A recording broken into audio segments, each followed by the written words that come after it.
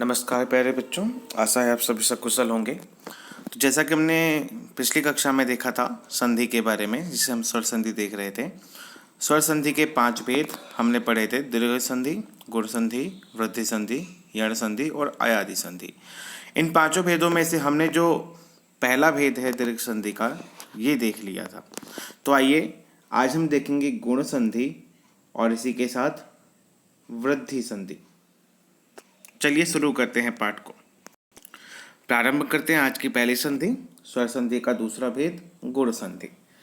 गुण संधि किन दो वर्णों के बीच में होता है, तो इसके बारे में हम देखेंगे कि आद एक मेलनेन गुण संधि भवति, अर्थात आद का तात्पर्य है आ या फिर आ। हमने कहा था सवर्ण की बात, ह्रस्व आ हो या दीर्घ आ हो, दोनों सवर्ण माने आते। आ या ई के बाद, आ या आ के बाद इक हो। इक का मतलब है ई, ऊ, री और री।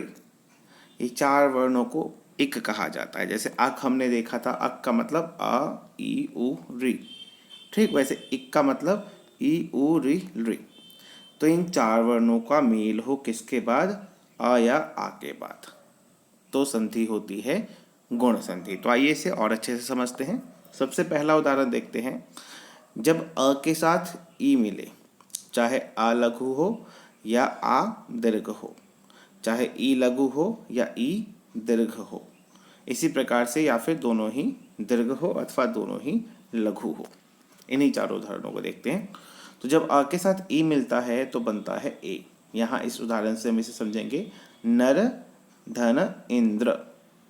अब देखिए यहाँ पे र में अंतिम अक्षर आ है। पहले पूर्व पद का अंतिम वर्ण क्या है? आ। और उत्तर पद का प्रथम वर्ण क्या है? ई, है ना। तो ई के ऊपर अनुस्वार भी है, इसका भी ध्यान रखेंगे हम। तो हमने जैसा कि कहा आ ई मिलाकर क्या बनता है? ए। तो यहाँ पे क्या बन जाएगा? ए। अब इसे संधि करके देखिए, न र पे आ की जो मात्रा थी वो खत्म हो गई, ई की मात्रा थी वो भी खत्म हो गई, क्या बना? ए। तो हम यहाँ पे लगा देंगे ए की मात्रा। अब ए पे चूंकि ये बिंदु अनुस्वार भी है, इसके बाद आता है, इसलिए ये अनुस्वार आ जाएगा यहाँ पर। और द का द्र, नरेंद्र। ठीक। दूसरा उदाहरण देखते हैं। फल इव, अ और ई क्या बना? ए। तो बना फलेव। इसी प्रकार से लघु या दीर्घ का अंतर देखते हैं, इन दोनों से भी बनता है ए। तो देखिए नर, यहाँ लघु ई था, यहाँ दीर्घ ई है। नरधन ईश नरेशः, गणधन ईशः गणेशः। तो ये सारे उदाहरण जो हैं किसके हैं? गुण संधि के। दूसरा देखिए, महा इंद्रः, यहाँ पे आ का स्वर आ रहा है प्रथम और दूसरा ई का, तो भी क्या बनेगा? ए। तो महाधन इंद्रः महेंद्रः, महात्मा धन इव महात्मेव।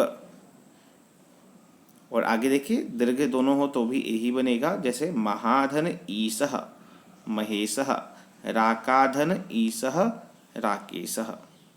तो ये उदाहरण थे जब आ के साथ चाहे वो लघु हो या दीर्घ हो, उनके साथ ई लघु हो या दीर्घ हो मिलते हैं तो दोनों को बदलकर हम ए बना देते हैं। तो यही है गुण संधि का प्रथम भेद। आइए दूसरा भेद देखते हैं। जब आ के साथ ऊ मिले तो क्या बनेगा? ओ। ई मिले तो ए, ऊ मिले तो ओ।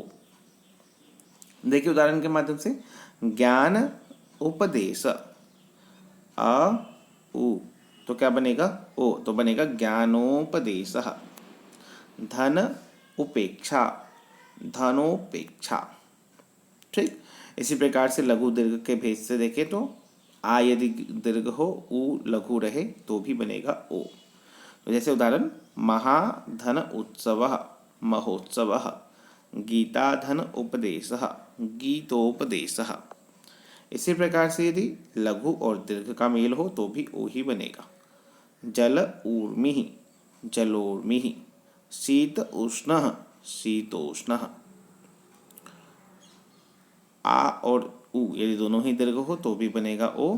महा ऊर्मिः महोर्मिः, महा ऊर्जा महोर्जा।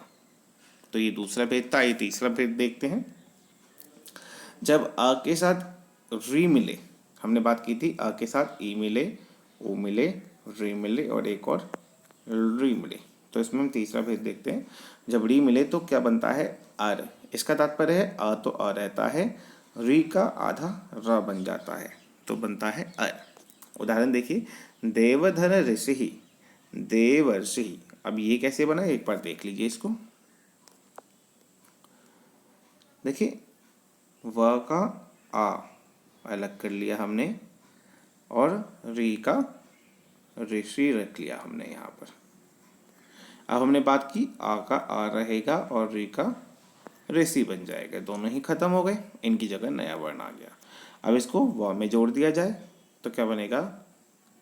व पूरा बन जाएगा और र आधा, है ना। और इससे पहले क्या था? देव, देवर, इतना बन गया। और अंतिम यहाँ पे वर्ण देखिएगा तो देखिए क्या बचता है? श्री। तो इस प्रकार से हमारे पास ये वर्ण बचे। अब हम जानते हैं कि चूंकि र आधा यदि हो और इसके बाद कोई स्वर ना हो तो र चला जाता है अगले के ऊपर, ठीक। तो इसलिए यहाँ पे बना दे व और ये श्री, और श्री के ऊपर आ गया र, देवर्षि, ठीक। तो इसी प्रकार से देव ऋणम, देवर्णम, सेम यहाँ पर भी देखिए, दीर्घ हो या लघु हो तो भी महर्षि, महर्षि, पिता ऋणम, पितर्णम, ये हो गए ऋ के भेद। अब बात करते हैं ऋ के। चूंकि ये वर्ण वेदों में प्रयोग होता है तो इसका उदाहरण भी बहुत ही कम मिलता है आज की आधुनिक लौकिक संस्कृत के अंतर्गत। तो देखिए यहाँ पर क्या कहा, अ या आ के साथ ऋ मिले, चूंकि इसका दीर्घ रूप नहीं होता इसलिए केवल ऋ की बात की गई है। तो क्या क्या आएगा इनका दोनों का मेल कराने से? अल। उदाहरण के देखिए, तव ऋ काल, तवल्लकार, यानी कि यहाँ पे इन दोनों को मिला के अर बनता था और यहाँ पे इन दोनों को मिला के अल बनता है, तो तवल्लकार, महालकार, महल्लकार। चलिए अगला भेद देखते हैं। उससे पहले कुछ उदाहरण देख लेते हैं। जैसे कि यहाँ पर उदाहरण है, उप इंद्र उपेन्द्र, देव इंद्र देवेंद्र, गण ईशः गणेशः, महा ईशः महेशः। इसी प्रकार से हितोपदेश हितोपदेश, देव ऋषि देवर्षि, वर्षा ऋतु वर्षर्तु इत्यादि। ये सारे उदाहरण आप एक बार देख लीजिएगा और अपनी नोटबुक पर लिखकर अभ्यास कीजिएगा ताकि आपको और भी अच्छे से समझ में आ जाए। तो ये संधि थी गुण संधि। हमने दो संधि देख ली, दीर्घ और गुण। आइए तीसरी संधि यानी स्वर संधि के तीसरे भेद की बात करें तो यह है वृद्धि संधि। ये संधि है वृद्धि संधि। गुण और वृद्धि में एक सीधा सा अंतर अगर हम देखना चाहें तो देख सकते हैं कि गुण में एक मात्रा आती, देखिए एक मात्रा है, देवेंद्र बीच में गणेश महेश नरेश। आप यहाँ पाएंगे जब संधि होती है तो दो मात्रा। अभी दो मात्रा आती कैसे, इसे एक बार समझ लेते हैं। तो यहाँ पे कहा कि आत परे एचि यदि स्यात् तर्हि एचः वृद्धि प्राप्तम। आत से तात्पर्य वही था जो हमने पहले देखा था, अ या आ। और इसके परे यानी कि इसके बाद यदि एच हो, एच का तात्पर्य है ए ओ आई औ। यदि ए ओ आई औ हो किसके बाद, आ या आ के बाद, तो संधि कौन सी होगी? वृद्धि संधि, ठीक। उदाहरण से देखते हैं। तो यहाँ पे हम देखेंगे कि आ के बाद यदि ए आए तो बनता है ऐ।